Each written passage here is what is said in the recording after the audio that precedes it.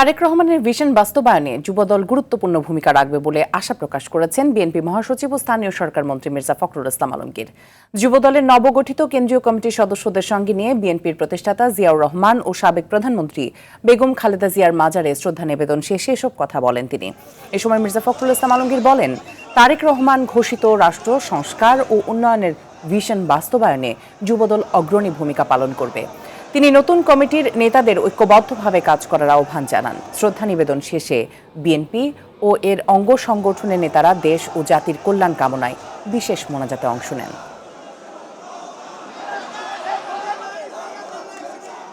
বর্তমান বাংলাদেশ সরকারের একটা নীতি হচ্ছে যুবককে তারা সামনে আনতে চান, তরুণদেরকে সামনে আনতে চান এবং তারুণ্যের হাতেই বাংলাদেশের উন্নয়ন নির্ভর করছে।